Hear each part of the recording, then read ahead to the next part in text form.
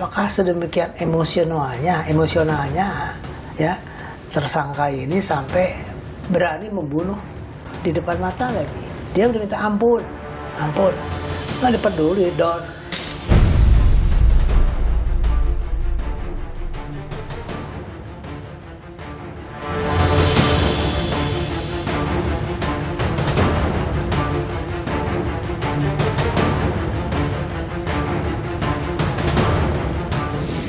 Saya juga heran kok setega itu gitu. Apakah karena masalah pelecehan sehingga memotivasi membunuh, kecuali ada masalah kejiwaan pada diri Sambo. Karena nggak mungkin lah kalau kita dalam situasi normal pasti nggak mungkin membunuh. Tapi dalam situasi yang seperti itu ya mungkin saja kalau si Kuat itu memberikan kesaksian, Kuat Ma'ruf. Kan ada tuh di berita. Iya. Dia yang bilang duri dalam rumah tangga, dia yang mau bilang supaya lapor. Iya. Sebetulnya kalau si Kuat Ma'ruf nggak ngomong gitu nggak akan terjadi. Iya. Seperti itu gitu. Prof, kalau kita lihat lagi yang lain, kalau kita baca dalam dakwaan pelecehan seksual itu kan juga terus disebut oleh Ferdy Sambo, bahkan juga dalam dakwaan Hendra Kurniawan itu juga menyebut bahwa memang Sambo menyebutkan ada pelecehan seksual. Begini ya. Atas keterangan Ferdy Sambo. Kalau cerita soal pelecehan, perzinahan, kalau di hukum Islam itu minimal 4 saksi. Tapi kalau dalam hukum kita? Hukum kita 2 minimal. Oke, ada saksi. Satu saksi bukan saksi, testimoni dua itu nggak boleh. Minimal 2. Lalu pertanyaan kita, saat kejadian berapa saksi yang ada di situ? Iya. Orang situ keluar kan? Betul. Yang ada Ricky berdua Rizal aja. dan Eliezer keluar. Di rumah ada Susi. Ya. Ada 4 orang di Iya, rumah. tapi kan tidak menyaksikan. Tidak menyaksikan. Ketika 15 menit di kamar, yang ada berdua kan? Setelah itu keluar, kemudian si ibu bilang ada pelecehan kan? Keterangan yang nggak akan berarti apa-apa kok. Tidak akan bisa Nggak dibuktikan. Nggak akan. Artinya pelecehan seksual akan dihapuskan. Pasti ditinggalkan, nggak akan dipertimbangkan. Apalagi dengan cerita berikut, sebetulnya jadi tersangka malah dalam kasus pembunuhan. Iya, Aneh, dia kan? masuk dalam pembunuhan berencana malah. Aneh enggak gitu. Seorang korban pelecehan jadi tersangka. Kan nggak mungkin. Dengan tuduhan dia juga tersangka berarti hilang masalah pelecehannya. Kalau dia dijadikan pelecehan, siapa tersangkanya? Yosua. Iya. Yosua aja meninggal. Oke, tapi kalau kemudian kalau meninggal, dituduh pasal 77 KUHP itu nggak boleh dituntut. Tapi kemudian kalau pelecehan seksual itu disebutkan memicu kemarahan Ferdy Sambo sehingga terjadi proses pembunuhan itu. Ya, bagaimana? Makanya Ferdy Sambo menyesal karena dia tahu akhirnya apa yang terjadi itu tidak terjadi. Ya pasti begitu. Tahu bahwa tidak ada pelecehan seksual. Pasti dengan keterangan terakhir. Saya menyampaikan permohonan maaf kepada pihak-pihak yang sudah terdampak atas perbuatan saya, termasuk Bapak dan Ibu dari Joshua. Terima kasih. Dan hakim bisa menyingkirkan itu Ya, berarti iya. dalam pertimbangannya. Iya. Oke. Yang juga menjadi perbincangan di sini adalah soal kesematan justice kolaborator terhadap Barada Eliezer. Jadi gini ya, Justice JC itu sebenarnya berasal dari Amerika tuh. Waktu FBI ingin memberantas mafia organisasi.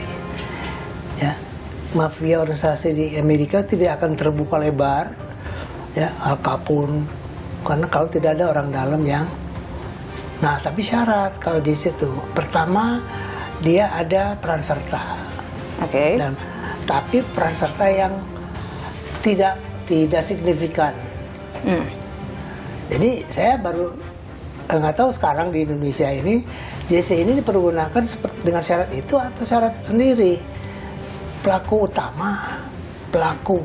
Kalau kita bahasa dari kasus ini ada pelaku peserta. Yang pasti pelaku Sambo, pelaku pesertanya pasti ini yang Eliezer. Jadi dia pelaku peserta. Kalau pelaku peserta berarti dia sama memiliki main yang sama, ya, keinginan yang sama dan akibat yang sama dengan pelaku. Pertanyaan saya, apa kepentingan si Eliezer dalam kasus itu? Ya kan? Anda melihat tidak ada kepentingan? Ada. Karena kepatuhan terhadap atasan saja yang dia berani mendorong dia untuk, yang satu lagi kan nggak mau. Iya, Ricky Rizal tidak Ya. mau, tidak berani. Ya, nggak tahu kenapa Eliezer mau, karena mungkin deket ya, udah. Dan dia memang yang paling baru juga di situ dengan pangkat paling rendah juga. Iya, jaksa harus bisa ngorek Eliezer Keterangan penting apa yang kemudian harusnya bisa bahwa didapatkan? dia mengingat orang mati itu disuruh, bukan karena kalimat dihajar.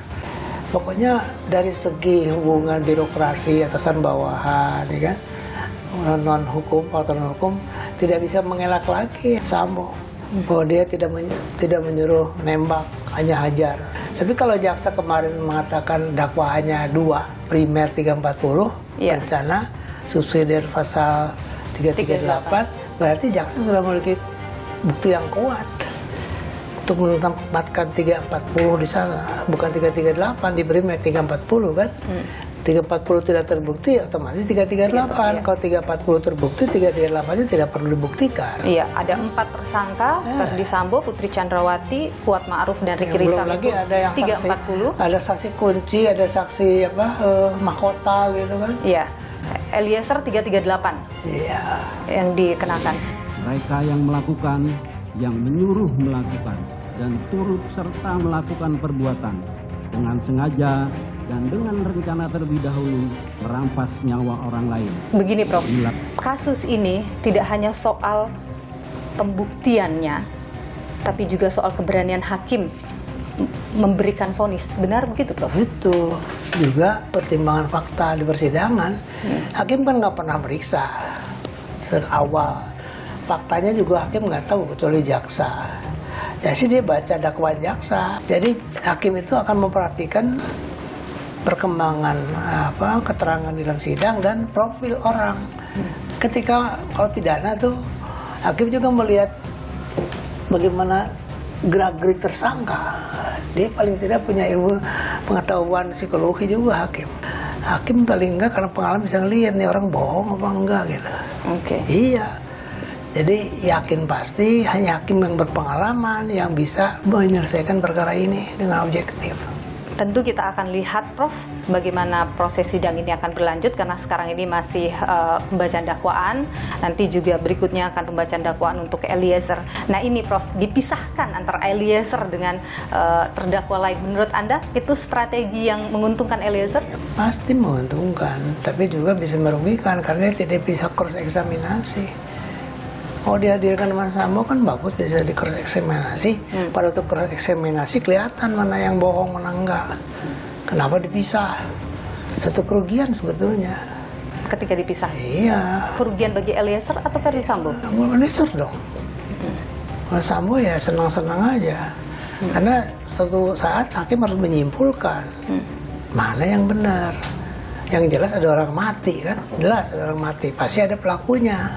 Baik, kita tentu akan sekali lagi melihat ya bagaimana strategi-strategi jaksa ke depannya. Dan strategi juga pengacara. Profesor Romli Atma Sasmita, pakar hukum pidana Universitas Padjadjaran, terima kasih atas Baik. informasinya di program Niluh. Ya. Sehat selalu, Prof.